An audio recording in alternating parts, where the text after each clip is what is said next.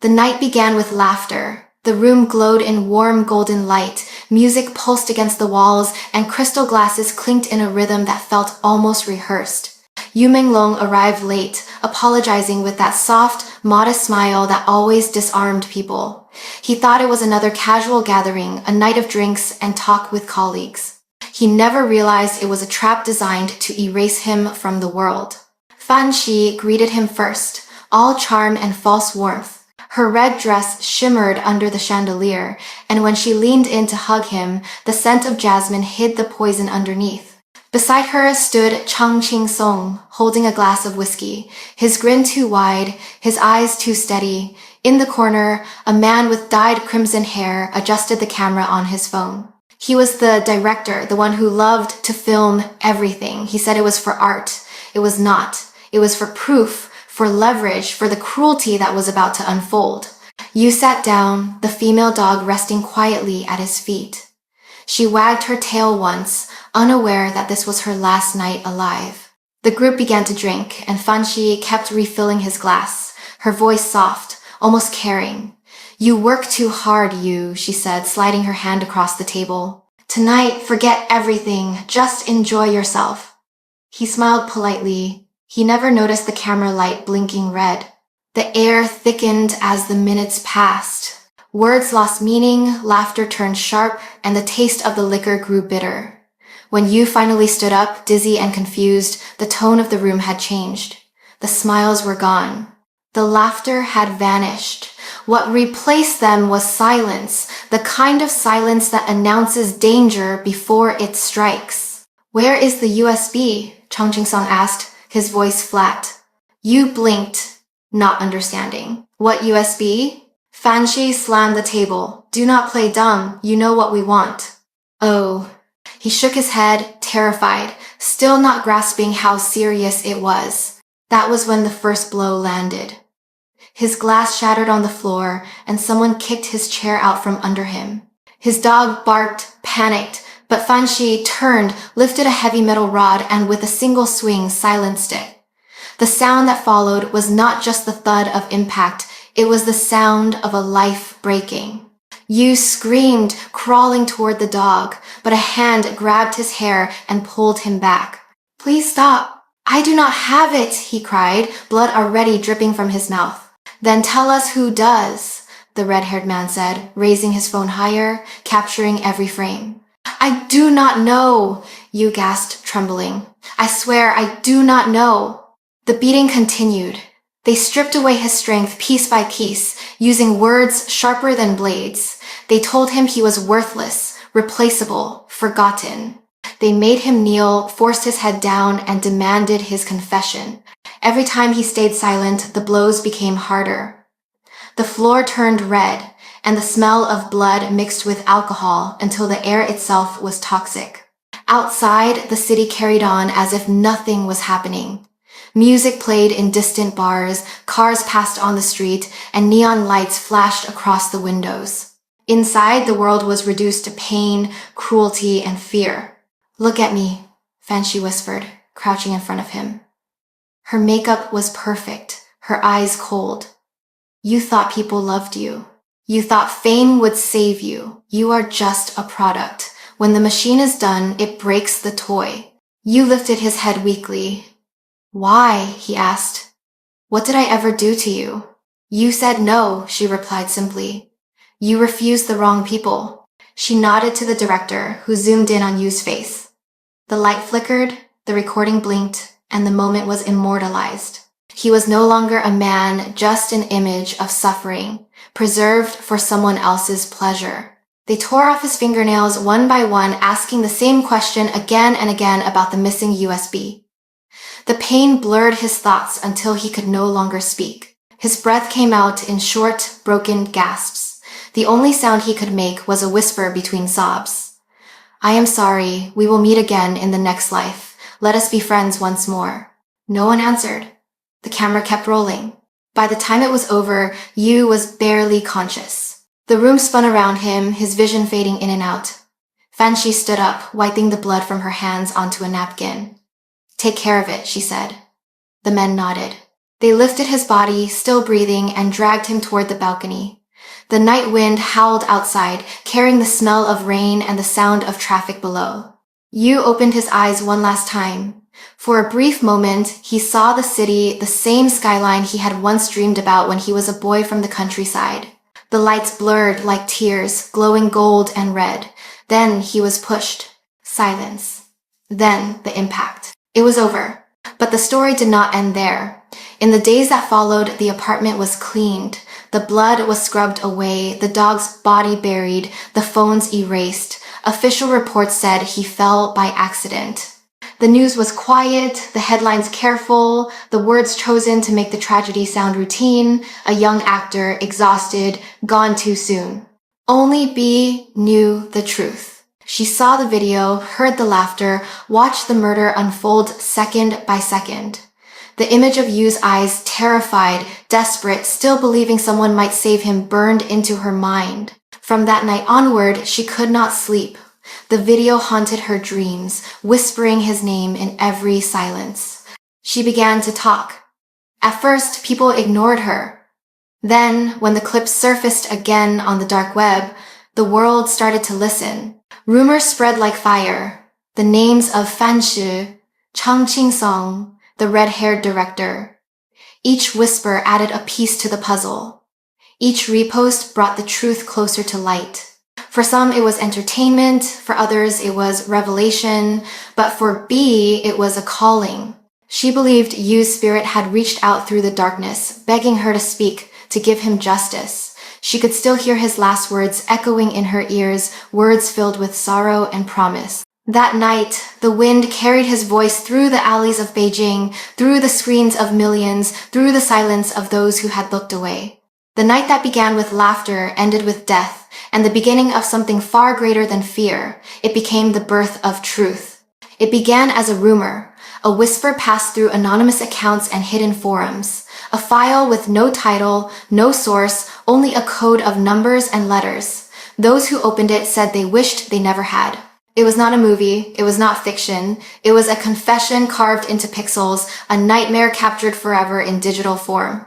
The video of Yu Menglong's last night had resurfaced, spreading like a virus through the dark corners of the web where light never reached. The footage was shaky at first. The camera tilted slightly, as if the person holding it wanted to pretend this was just another drunken gathering. The sound of laughter filled the room.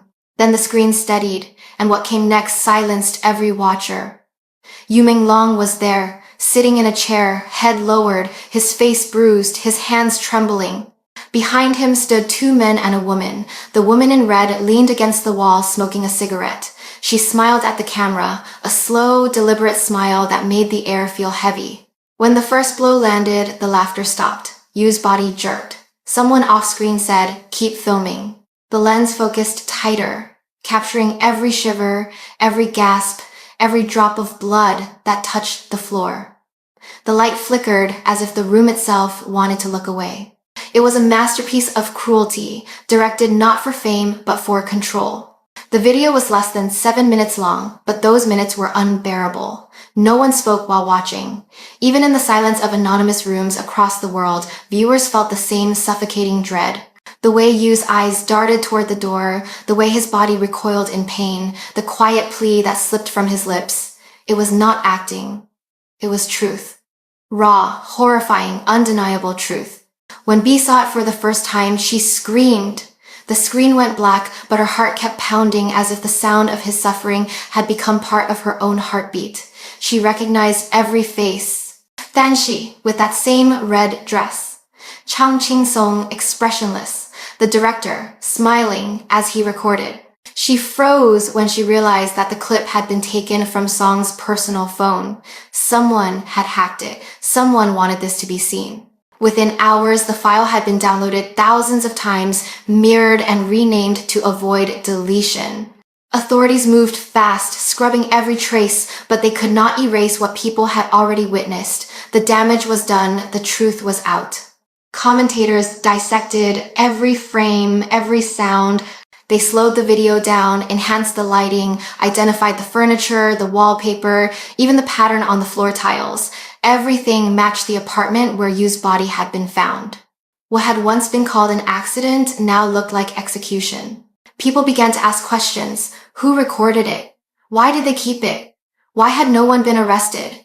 Each question opened another wound, another layer of deception. Fan Shi deleted her social media accounts. Chang Ching-song vanished from public appearances.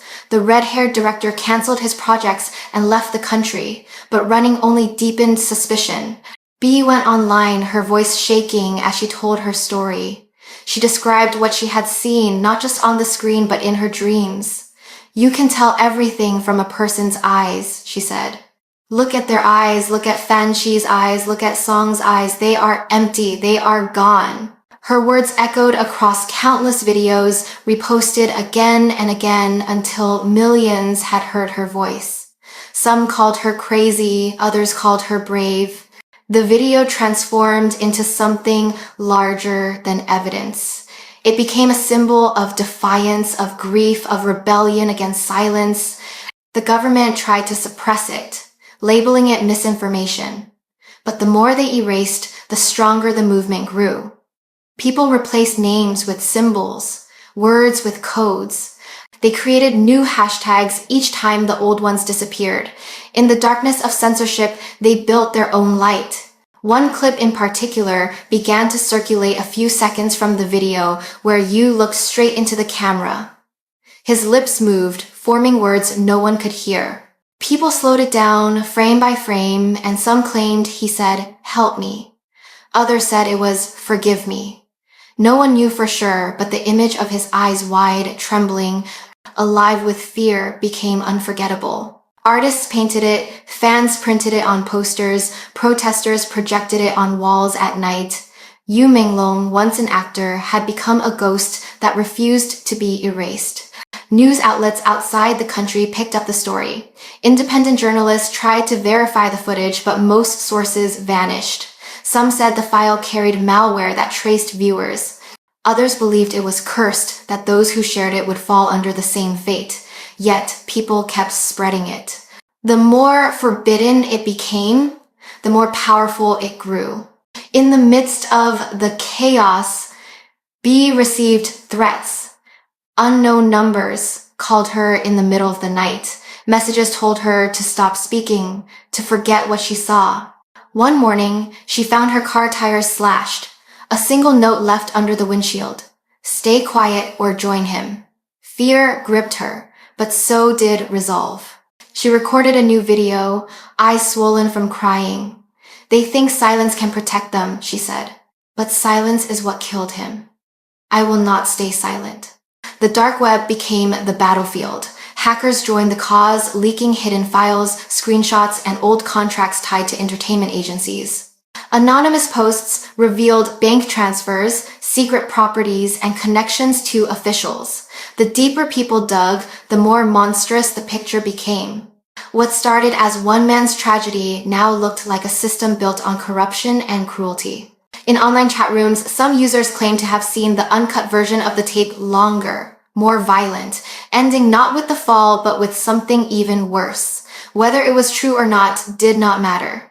What mattered was that the myth of Yu Menglong had taken shape. He was no longer just a victim. He was the symbol of everything people feared and hated about the world around them. The greed, the power, the lies. By autumn, his name was everywhere. The authorities removed it from trending lists, but users kept bringing it back with coded phrases. Each time they deleted one thread, 3 more appeared. The internet became a war zone, a clash between truth and control. The image of Yu, bloodied, trembling, defiant, hovered over it all like an unbreakable spirit.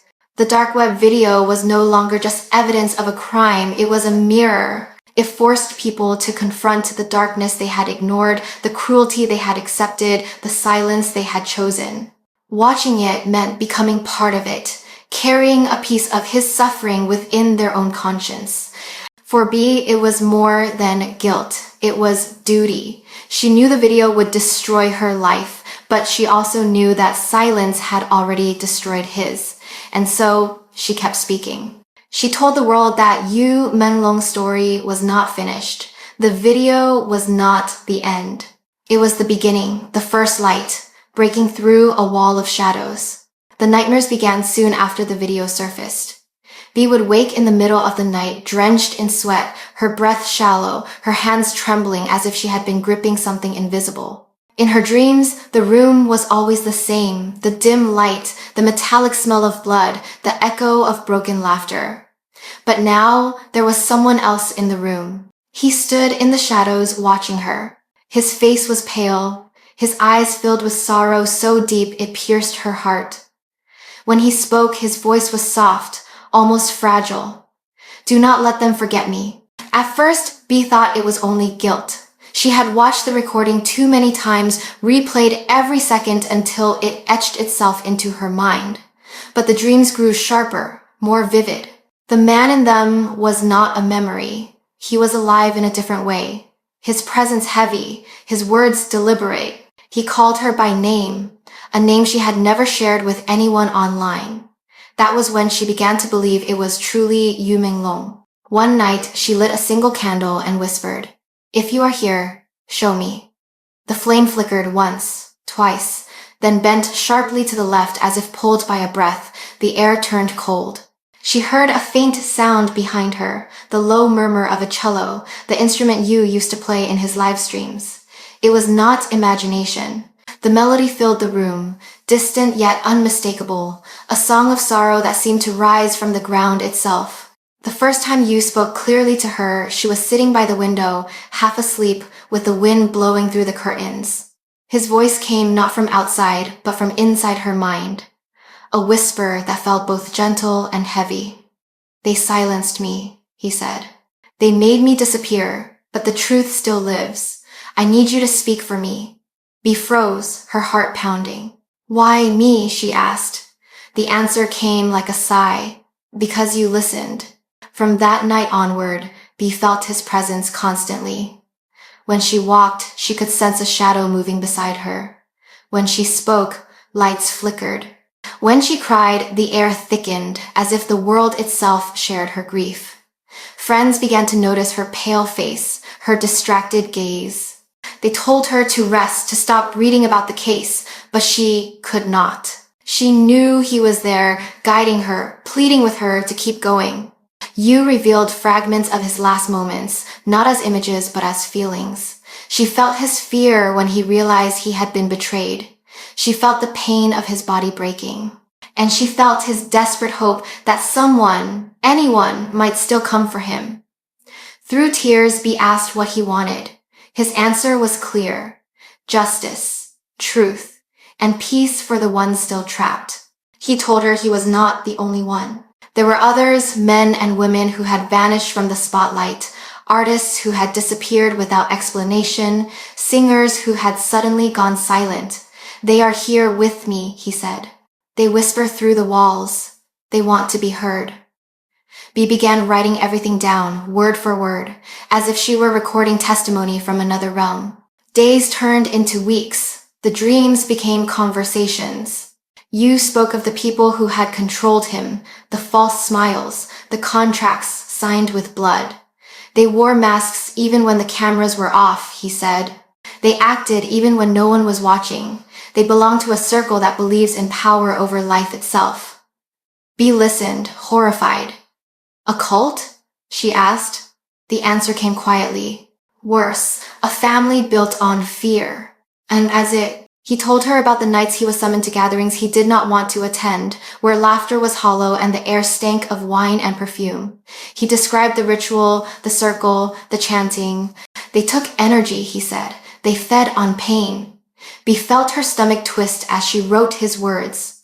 This was not a script, it was confession. Yu said he had tried to escape. He wanted to leave the industry, to find peace with the one person he loved. But they would not let me go, he said. They owned everything.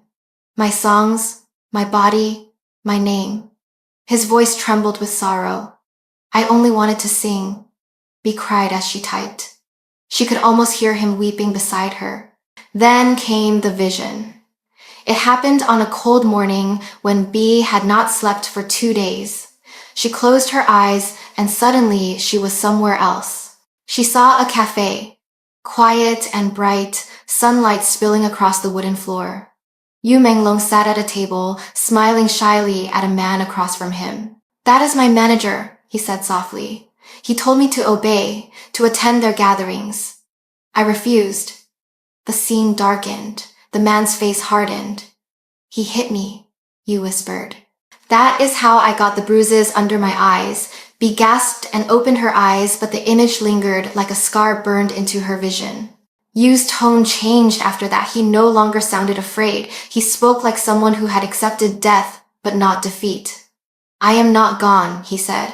"They think they can erase me, but memory cannot die."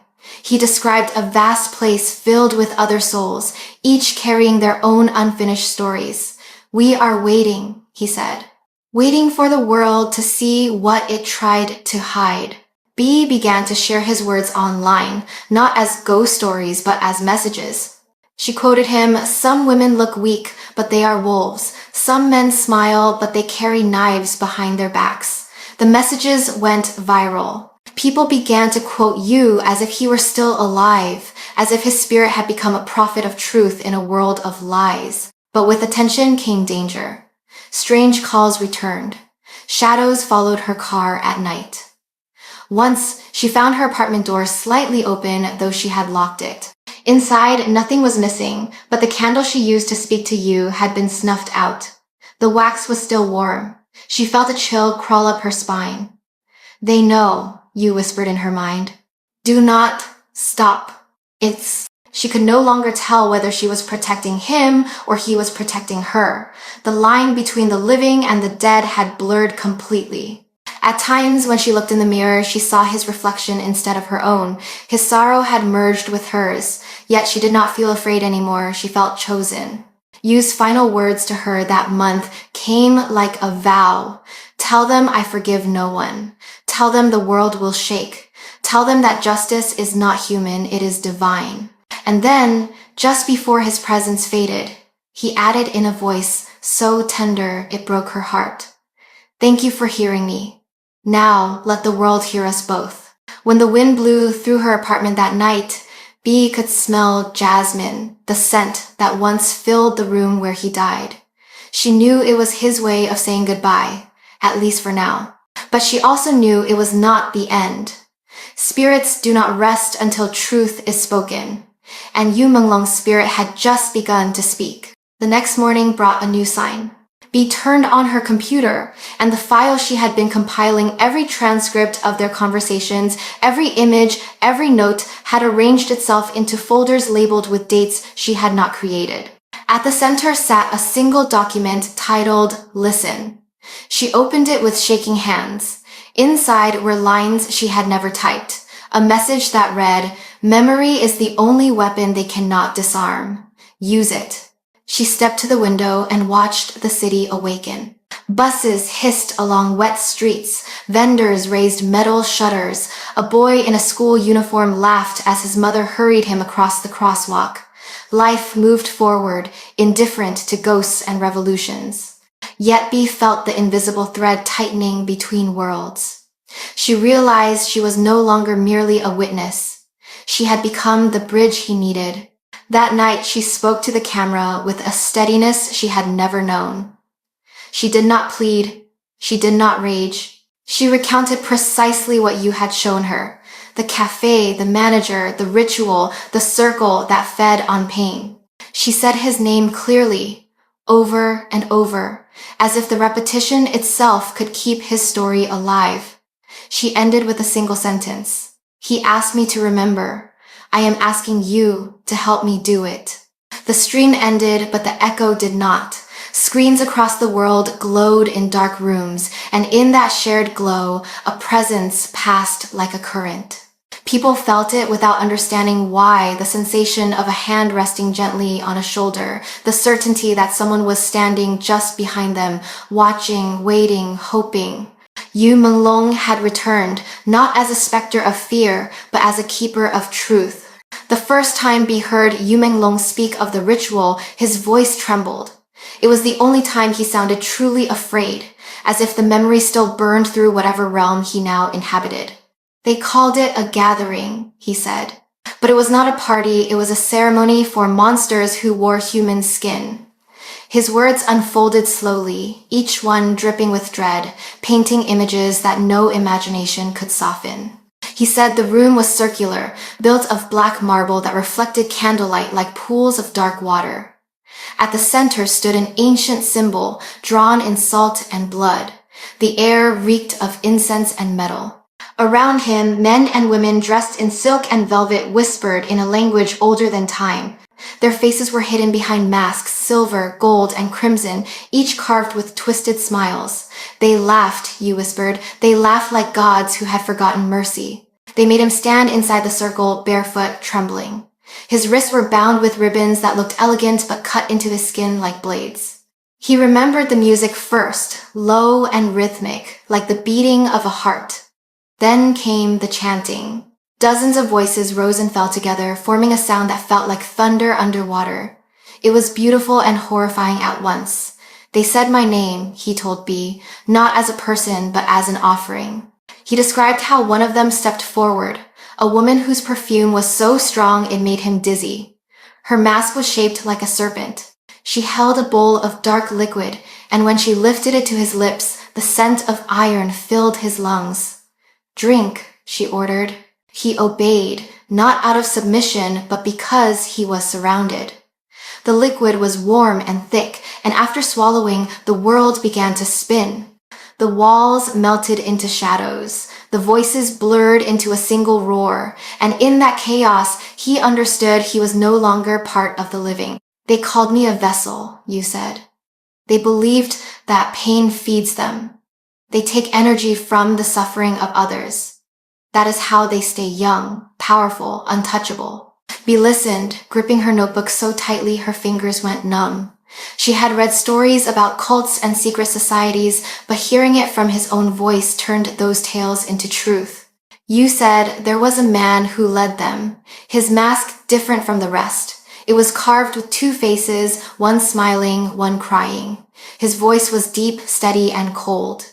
He told me that I had been chosen, Yu continued. Chosen to give what they could not create on their own. The man touched Yu's forehead with a gloved hand and whispered a phrase that made the candles flicker. Yu could not repeat it.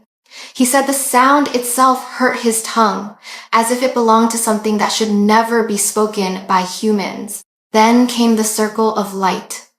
They raised their hands, and the air crackled like electricity. The temperature dropped until his breath turned white. I saw them, Yu said. I saw what was behind their masks. He described eyes that glowed like coals, teeth that did not belong to people, and shadows that moved independently of their bodies. They were not actors, not simply sinners. They were something else. The ceremony reached its climax when they cut a lock of his hair and dropped it into the bowl of blood. The leader lifted the bowl and spilled it onto the floor, letting it spread until it touched the edges of the circle. The moment the blood connected, Yu felt an invisible hand grip his chest. He gasped, unable to breathe. His heartbeat slowed, then stopped. He could hear his own pulse fading, like a drum retreating into the distance. I thought I died, he said softly. Maybe I did. Maybe that was when they took part of me. B could barely write. The pen slipped from her hand as she imagined the scene. She saw him surrounded by masked figures, their chants echoing against the walls, their hands reaching out like claws. Why you? She asked.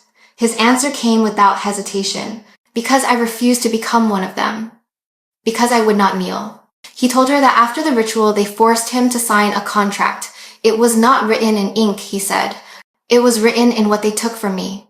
They told him it was a new beginning, that his career would rise higher than ever, that the world would love him endlessly. But what they offered was not fame, it was slavery. They control through fear, Yu said. They promise success and deliver ruin. When B asked who these people were, Yu did not say names. He said only that they were everywhere in studios, agencies, production companies, even within governments.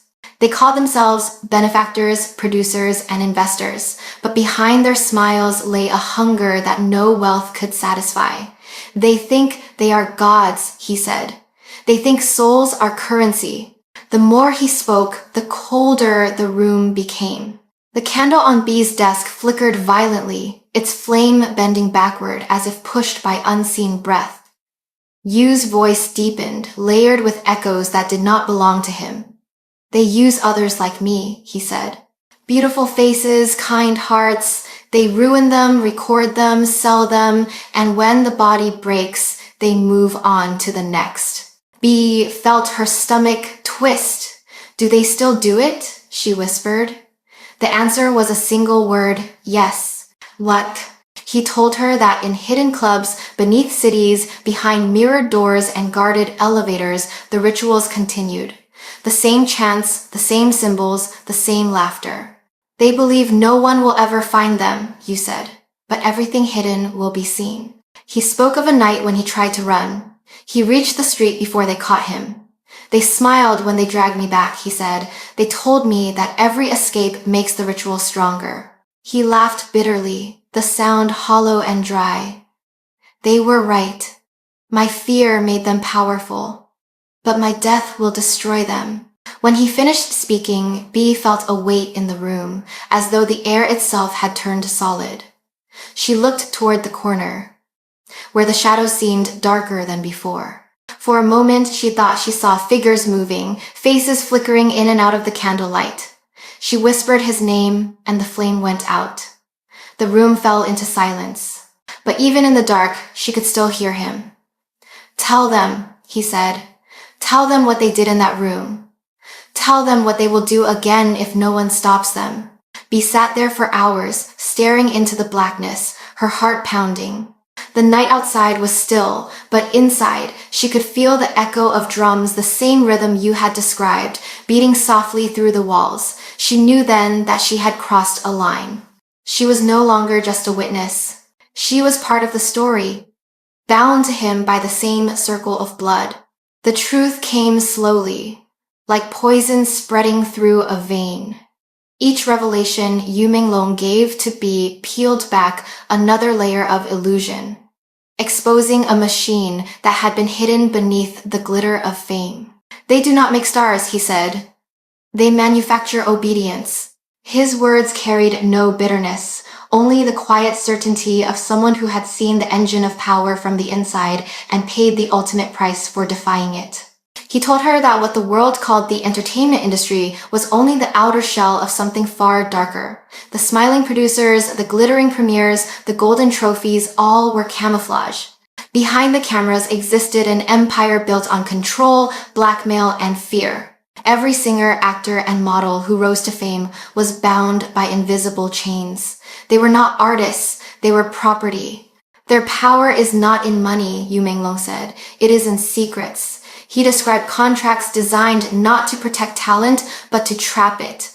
Once an artist signed, their personal life ceased to belong to them. Every move, every friendship, every word was monitored. They were told whom to love, when to smile, even how to mourn.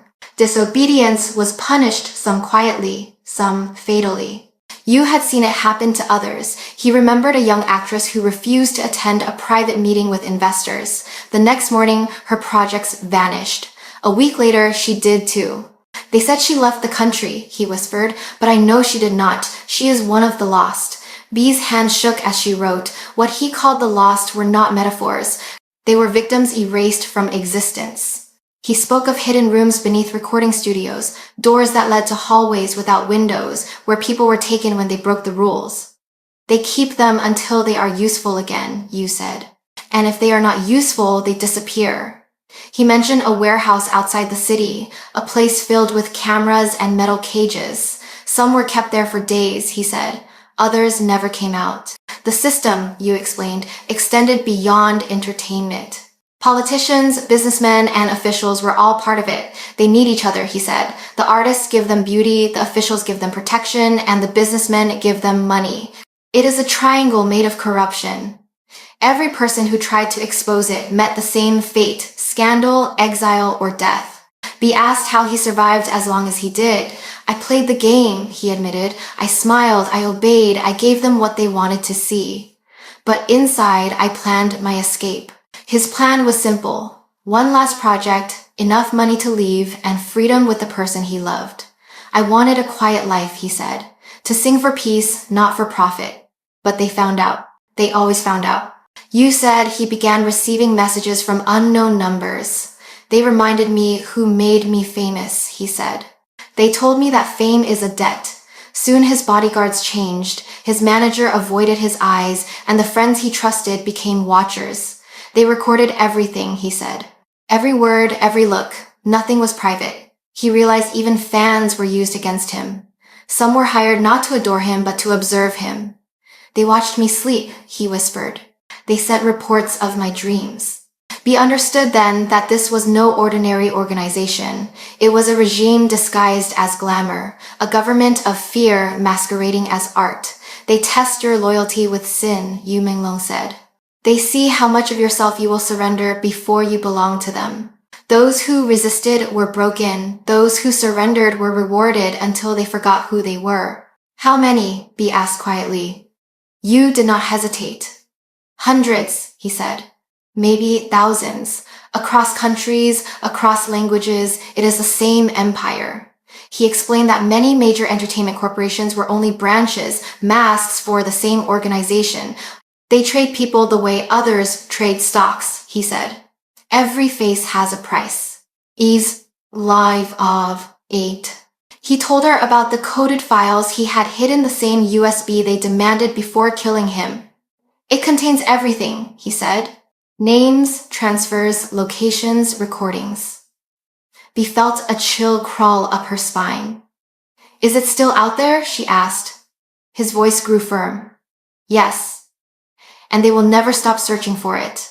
Yu described the hierarchy with clinical precision. At the top were the unseen ones, the benefactors. No photographs, no public records, only whispers of their existence. They owned studios, shipping companies, and media networks. Beneath them were the directors, who managed talent and controlled images.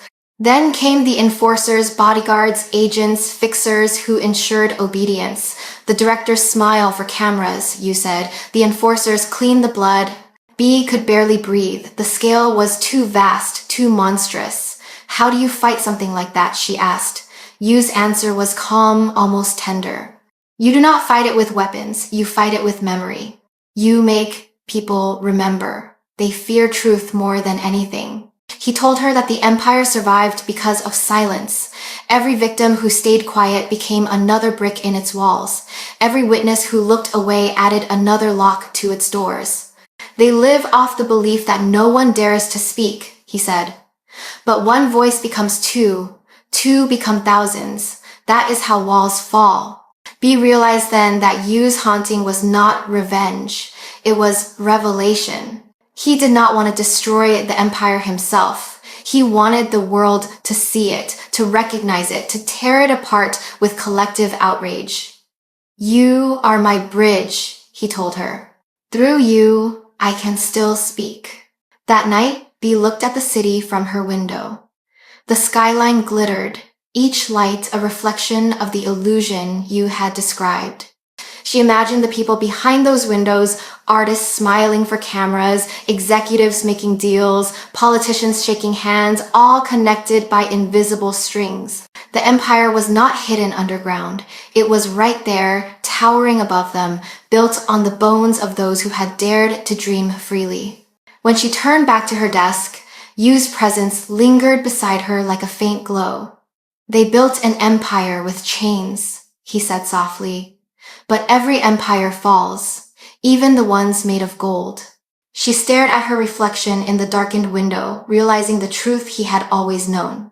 The empire did not fear death or exposure. It feared memory. And as long as people remembered his story, the foundation of that empire would never know peace again.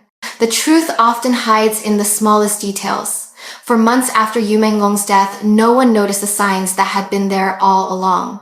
They were visible in his hands, in his voice, In the tired stillness of his eyes, the world had watched him perform, smile, and bow, unaware that every movement was a silent cry for help. It was only when B began to revisit his final appearances that those signs came together like fragments of a broken mirror, revealing the image of a man slowly dying behind the mask of fame. She watched every recording she could, find interviews, live broadcasts, fan meetings, television shows. At first glance, nothing seemed unusual. Yu Menglong looked beautiful as always, his face calm, his smile polite, but when she slowed down the footage, she began to see it. His fingers, once graceful from years of playing instruments, were swollen and bruised. On his right hand, 2 nails were darker than the rest, the skin around them slightly lifted as if torn. His left hand never left his pocket. He did not wave, he did not gesture, he held it there as though hiding something he could not explain. In one interview, when the host laughed and touched his shoulder, Yu flinched. It was subtle, almost invisible, but B saw it. The body remembers pain even when the mind tries to forget. His eyes flickered with panic before he quickly smiled again, apologizing as if he were the one who had done something wrong. The audience laughed, unaware that his laughter was forced, that his body had betrayed him for a split second. There was another clip, an outdoor event where fans gathered to see him. He was dressed in a yellow shirt and white pants, a combination that once symbolized sunshine and warmth. But his posture was rigid. His shoulders were tense, his head slightly lowered as though he were bracing for impact. He wore a black mask that covered half his face, his hair deliberately pulled down to hide his forehead. B froze the frame. Behind the mask, his eyes were swollen and shadowed. "Those are not dark circles," she whispered. "Those are bruises." As she watched more footage, the pattern became undeniable. Yu Menglong's movements were slower, his smiles shorter, his silences longer. There were moments when he seemed to drift away, staring into nothing as if his soul had already begun to leave his body. Fans who once adored his calm demeanor now realized it was not calmness at all. It was resignation. On an old live stream, B noticed something even more haunting. When Yu reached for a drink, the sleeve of his shirt slipped slightly, revealing the edge of a burn scar on his wrist. It was faint but unmistakable. "They hurt him," she murmured. "They marked him." Her hands trembled as she paused the video. She felt the room grow cold again, that familiar heaviness that meant his spirit was near. "You showed me this," she whispered. "You wanted me to see." Yu's voice came softly, carried by the still air. "I tried to tell them," he said, but no one wanted to listen. B could hear the exhaustion in his words. He had tried to reach out during those final months, not through statements but through gestures, through his silence, through his eyes. In one fan meeting, a young woman had given him a handmade bracelet. He looked at it for a moment longer than necessary, then slipped it into his pocket instead of wearing it. That small act became a symbol. Later, fans realized he had stopped wearing gifts altogether, as if he feared they were being used to track him.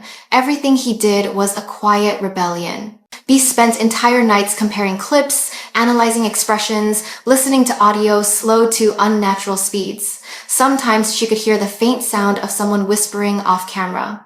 Sometimes she thought she heard him say words under his breath, words that might have been "help me" or "they are watching." Whether those whispers were real or imagined no longer mattered. What mattered was that the pain was undeniable, woven into every frame he ever appeared in. As the evidence grew, so did the anger of his fans. They began to share their own discoveries, screenshots of his bruises, recordings of his trembling hands, timestamps showing where his expression changed abruptly. The internet turned into a massive investigation. Thousands of people working together like detectives of memory. They called themselves the Watchers, and their mission was simple: to prove that Yu Menglong had been tortured long before his death. The more they searched, the more they found. A photo from a concert showed the outline of medical tape beneath his sleeve. Another image revealed his shoe slipping off slightly, as if it were too big. Someone realized that even the way he walked had changed. He no longer lifted his feet fully, dragging them slightly as if in constant pain. Every discovery became a wound reopened. every image a reminder of how blind they had all been. Bea felt guilt consume her. She had been one of those who believed he was simply tired, overworked, like every other celebrity. She had admired his professionalism without realizing it was endurance. "We clapped for his suffering," she whispered one night, tears streaming down her face. "We cheered while he was dying." Yu's presence flickered near her, soft and forgiving. "It was not your fault," he said. "They wanted you to see perfection, not pain." But forgiveness did not erase the truth. The signs were there because he wanted them to be found. Each scar, each tremor, each silence was a message hidden in plain sight. They realized that Yu Menglong had been documenting his own abuse with his body, using his suffering as evidence in a world that refused to believe words. He knew one day someone would notice. He knew one day the truth would speak through the images left behind. The authorities continued to deny everything. They released statements blaming stress, exhaustion, and illness. Official channels labeled the rumors as fabrications, dismissing the growing movement as hysteria, but the people were no longer silent. "As Suri Indin time of God of people as from Bea and me, the people as from of God of P, and Dishi and Bays of Ki and Ini." They had seen too much. Every time an account was deleted, 10 more appeared. Every time a video was removed, another was uploaded in its place. The internet had become his courtroom, and the people were his witnesses. Bea continued her research obsessively, driven by both love and guilt. Sometimes she thought she heard Yu hum quietly beside her, the same melody he used to play on the cello. It calmed her enough to keep going. "You are not forgotten," she whispered. "They tried to bury you, but your body speaks louder than their lies." Late one night, she paused a frame from his final interview. The camera zoomed in just as he smiled. But it was not a smile of joy, it was surrender. Behind it, his eyes glistened with unshed tears. She froze the image, printed it, and pinned it above her desk. "This is the proof," she said softly. "This is the face of truth." When the wind passed through her window, she could almost hear his reply. "You saw me," he whispered. "Now make them see." The signs of his suffering were no longer invisible. They were carved into every movement he left behind, each one a fragment of testimony. And for the first time, Bea understood that the dead do not always need words to speak. Sometimes their silence screams louder than anything the living can bear. It began with whispers, as revolutions often do. A few voices scattered across the internet, uncertain but brave, questioning what they had seen. Then the whispers grew into echoes, and the echoes became a storm. The fans of Yu Menglong, once united only by admiration, became soldiers in a silent war. They no longer called themselves supporters. They called themselves the archivists, guardians of memory, keepers of the truth that power tried to erase. At first, the authorities underestimated them. They thought it was a temporary wave of grief, an emotional reaction that would fade with time. But grief can evolve. Grief can sharpen into purpose. When the official reports declared Yu Menglong's death an accident, the fans refused to believe it. They knew the bruises on his hands were not from exhaustion. They knew the darkness in his eyes was not from sleeplessness. They knew the story was a lie, and they were determined to prove it. They began collecting everything: videos, photos, interviews, comments, even deleted posts. Nothing was too small. Every image became a clue, every frame a potential piece of evidence. They stored the files on hidden drives, encrypted servers, and private networks. They built archives that mirrored one another across continents so that even if one was destroyed, hundreds would survive. "They can erase headlines," one user wrote, "but they cannot erase us all." Bea became the voice of the movement.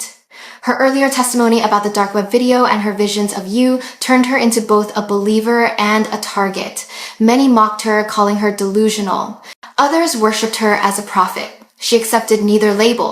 She saw herself only as a messenger. "This is not about ghosts," she said during one live stream that reached millions. "This is about the living who chose silence." The revolution had no leaders and no headquarters. It did not need them. It was built on faith and fury, a collective rage that refused to die. Artists, students, Programmers and mothers all joined. Some translated Yu's story into other languages, some created documentaries blending truth with poetry. Others hacked corporate databases, leaking documents that hinted at the empire Yu Menglong had described. Each act, no matter how small, was a brick in the wall of resistance. The government responded the only way it knew how, by deleting. Accounts vanished overnight. Videos turned to blank screens. Search results returned nothing but error, but deletion only fueled determination. The archivists adapted. They used coded words, replaced Yu's name with symbols, and hid messages within song lyrics, fan art, and random hashtags. They turned censorship into a language of rebellion. Every time they silence us, B said, they prove we are right. Across the country, the digital war spread. What began as mourning turned into defiance. People projected Yu's face onto buildings at night, glowing above the streets like a phantom king. In some cities, fans released thousands of white balloons into the air, each tagged with his initials. They said it was to help his spirit fly higher. The police called it disturbance. The world called it courage. Foreign journalists began to notice. Articles appeared not in the mainstream papers but in independent networks. They spoke of a movement that could not be named, of an actor whose death had become a symbol of rebellion. The regime dismissed these reports as foreign interference, but the truth was already unstoppable. The more they denied it, the stronger it grew. B received messages from strangers around the world. Some claimed they had seen the same vision of Yu Menglong that she had. Others said they heard his voice in their dreams, whispering words of comfort. Whether these stories were real or not did not matter. What mattered was that people began to believe. Belief, once ignited, cannot be censored. The archivists created a digital monument called Project Lantern. It was a website that contained everything the government had tried to erase, every photo, every clip, every word Yu Menglong had ever spoken. The homepage read, "Light cannot be deleted." Within hours, millions visited the site. Within days, it was blocked. Within weeks, dozens of mirror versions appeared. It became the eternal flame of their revolution. The movement was not without sacrifice. Some fans were arrested for spreading false information. Others lost their jobs or disappeared altogether. Yet for every one silenced, more rose to take their place. The archivist learned resilience from Yu himself. He had fought alone while alive. Now his memory commanded an army. They believed his spirit walked among them, invisible but ever present, guiding their hands as they typed, as they protested, as they refused to forget. B, however, began to feel the weight of it all. Her phone was tapped. Her doorbell rang at odd hours. Sometimes she would wake in the middle of the night to the sound of footsteps outside her apartment. But fear had become meaningless to her. "They can take my life," she wrote in her journal, "but they cannot take the truth that lives in the people." She knew she had crossed the point of no return. The revolution was now bigger than her, bigger than Yu, bigger than the empire itself. Then something extraordinary happened. During one of her broadcasts, while thousands were watching, the lights in her room flickered. The screen blurred for a moment, then stabilized. Behind her, a faint figure appeared, a silhouette outlined by light, standing silently. The viewers gasped. B turned slowly, tears filling her eyes. She did not scream. She simply whispered, "You are here." For a few seconds, the figure remained, then faded away. The chat exploded with messages. "He lives. He heard us. He is with us." From that night forward, the revolution gained a new name, the Resurrection Movement. It no longer belonged only to Yu Menglong. It belonged to everyone who had ever been silenced, every artist who had been broken, every dreamer who had been destroyed. His image became a symbol of endurance, his story a hymn for the forgotten. They painted murals, composed songs, and wrote poems dedicated to him. Every act of creation became an act of defiance. By the fall of that year, Yu's name was banned from all official platforms, but that only made it more sacred. The archivist spoke his name in whispers, in prayers, in code. When the censors deleted it, they called him the dandelion, a flower that scatters but always grows again. They can burn the field, B said, but the seeds will always return. In every corner of the internet, in every city that once ignored him, Yu Menglong's presence lingered.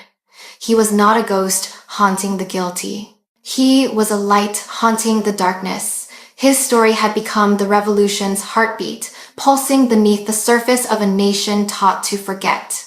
And as Bee looked at the sea of messages, drawings, and videos flooding her screen, she felt his voice echo inside her one last time. "You gave me justice," he whispered. "Now give them freedom." The revolution of fans was no longer about mourning. It was about awakening. And no empire, no censorship, no shadow powerful enough could ever silence that. Long before the fame, before the cameras and the applause, there was only a small apartment on the edge of the city and the voice of a young boy singing to his mother. Yu Menglong had grown up in poverty, surrounded not by wealth but by warmth. His mother was a quiet woman with tired hands and gentle eyes who worked long hours at a factory and returned home smelling of detergent and hope. For her, Yu's voice was the only music that mattered. For him, her smile was the only stage he ever needed. Bee learned about her from an old neighbor who had lived next door when Yu was still a child. The woman remembered how his mother would hang laundry outside and hum softly while Yu practiced songs in the background. "He wanted to make her proud," she said. "He told me that one day he would sing on television so she would not have to work anymore." That dream had come true, but the promise had turned into a curse. After Yu's death, his mother disappeared from public view. There were no interviews, no statements, no official mourning. Some said she had been taken away for questioning. Others believed she had chosen silence out of fear. Bee searched for months before finding a photograph, an image of a frail woman standing in front of a small altar covered in flowers. Her eyes were swollen from crying, her body thin as glass. She looked like someone who had lost more than a son. She had lost the meaning of breathing. One evening, Bee dreamed of her. In the dream, Yu's mother sat in a dark room lit by a single candle. Her hands trembled as she held a framed picture of her son. She whispered his name again and again until it became a prayer. "He was a good boy," she said. "He only wanted to sing." When Bee woke, her pillow was wet with tears that were not her own. Yu had spoken of his mother before. He had said she was the light that kept him human, the one person who reminded him that kindness still existed. When I sang, he once told Bee, I imagined her listening. Even when the world around him turned cruel, he carried her image in his heart like a shield. "They could control my body," he said, "but they could not control the love she gave me." Bee wanted to find her, to tell her that her son was not gone, that his voice still echoed across the world. But every address she found led to nothing. It was as if the woman had been erased, just like her son. Neighbors said men in dark suits had visited her house weeks after Yu's funeral. After that, she vanished. "They took her so she would stay silent," Yu whispered to Bee.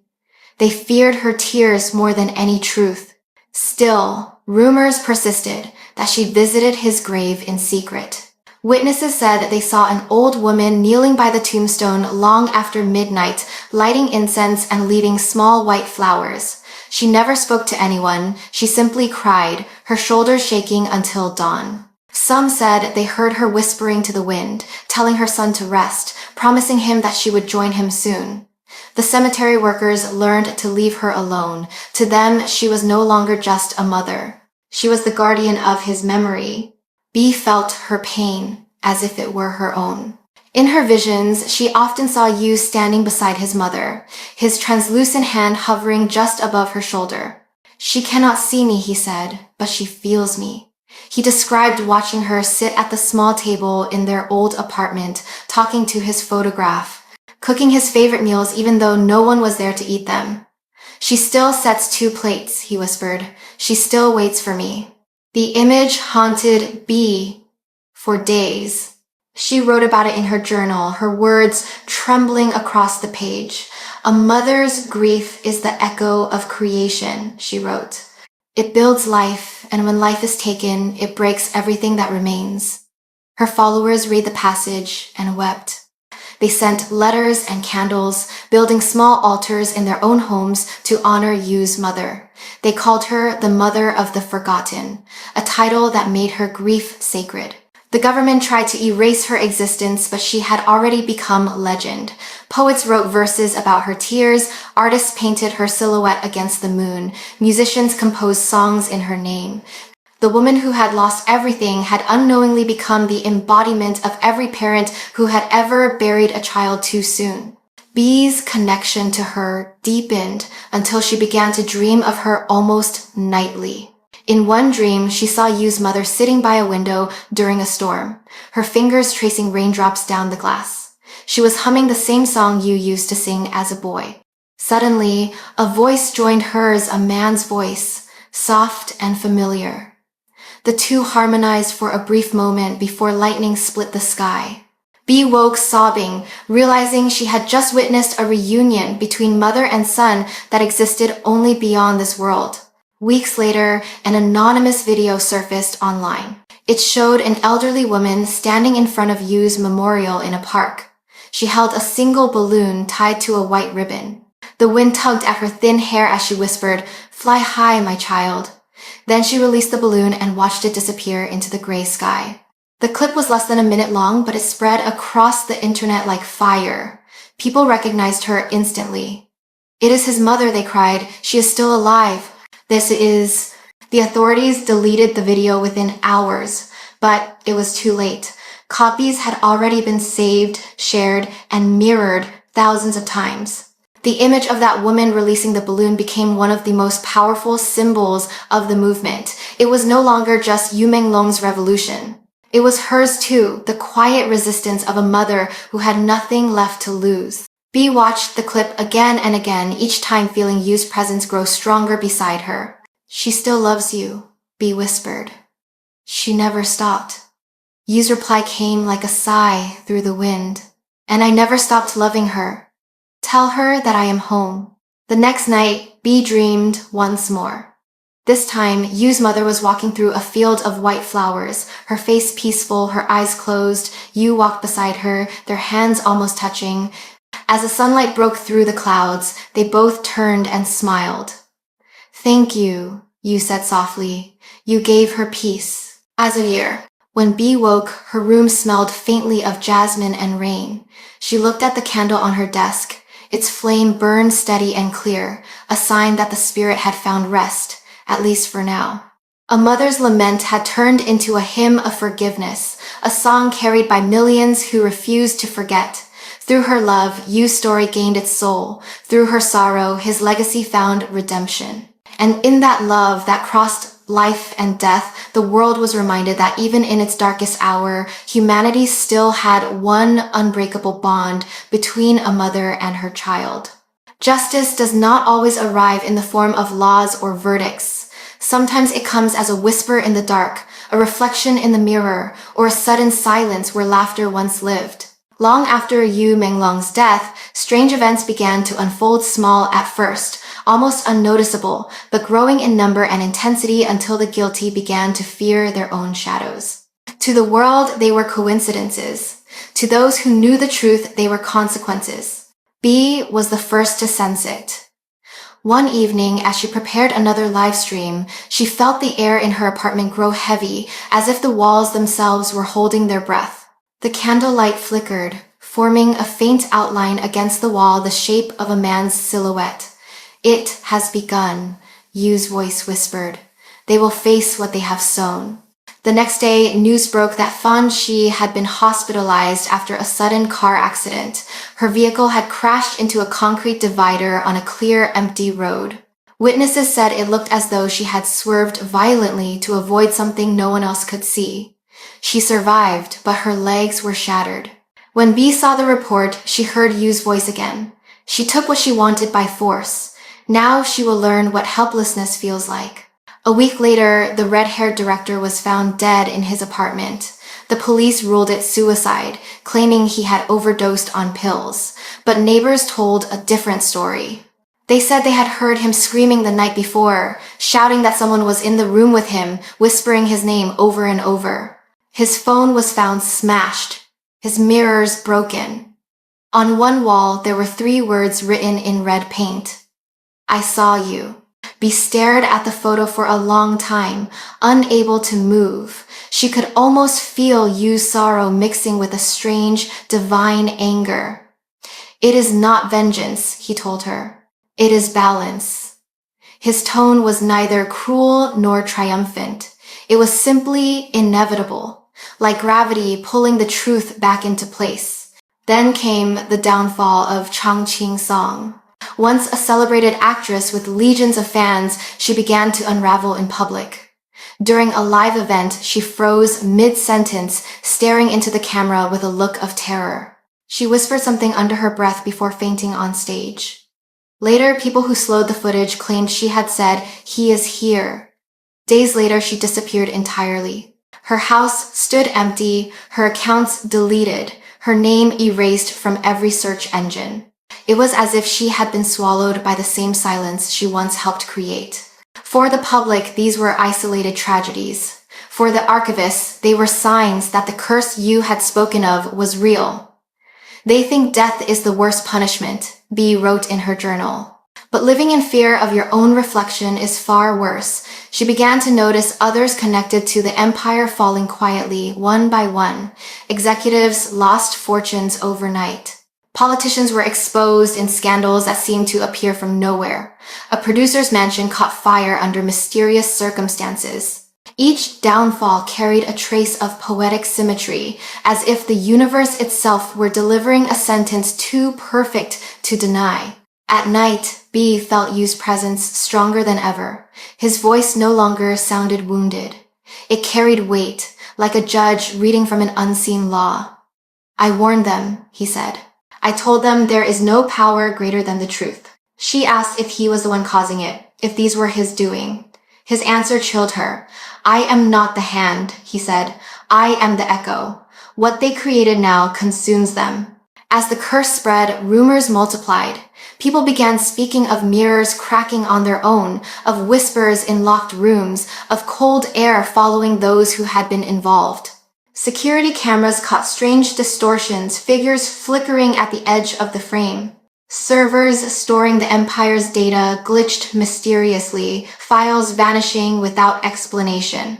The technicians who tried to fix them claimed they could hear faint music through their headsets, a haunting cello melody that none of them recognized.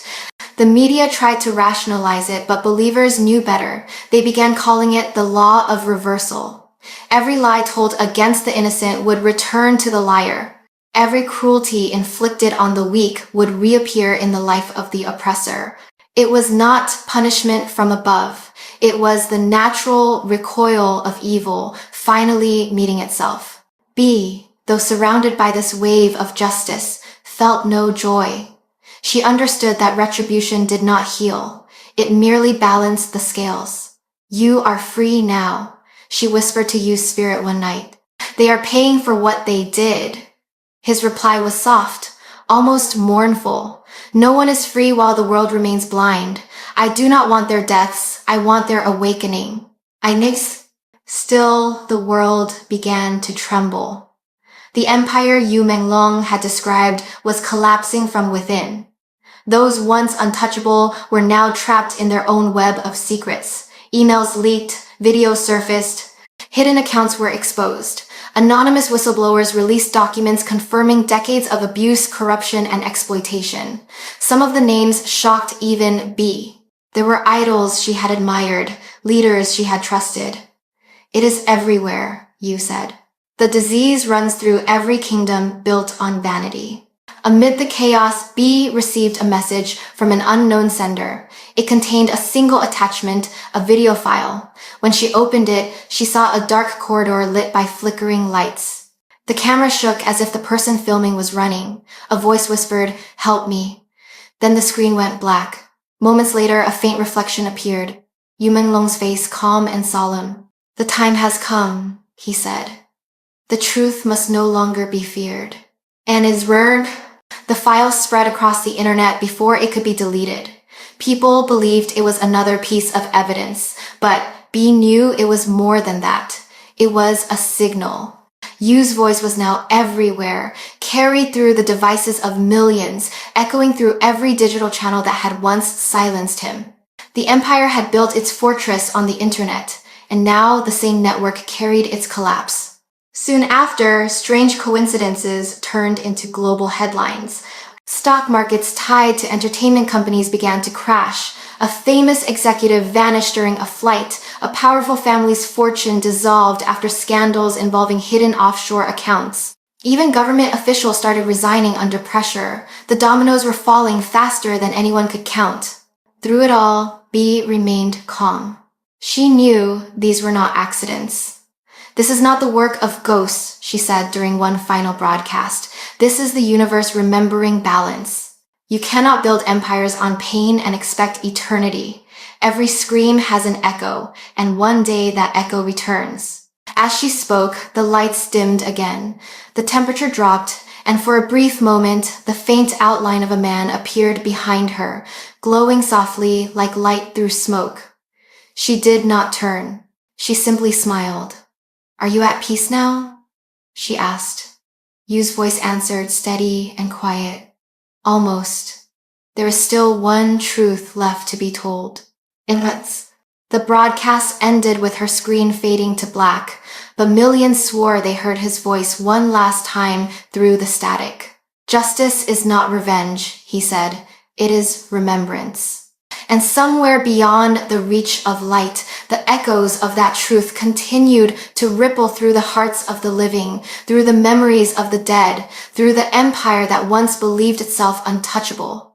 The curse of retribution had not destroyed the world, it had revealed it. Time passed, but the echoes remained.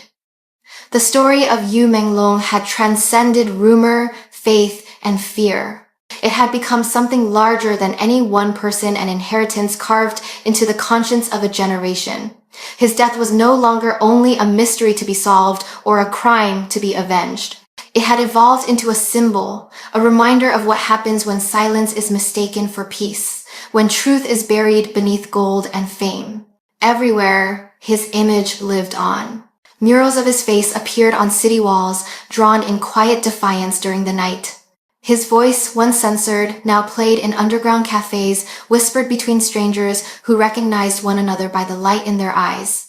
Candles flickered under bridges, in abandoned theaters, and in the homes of the forgotten.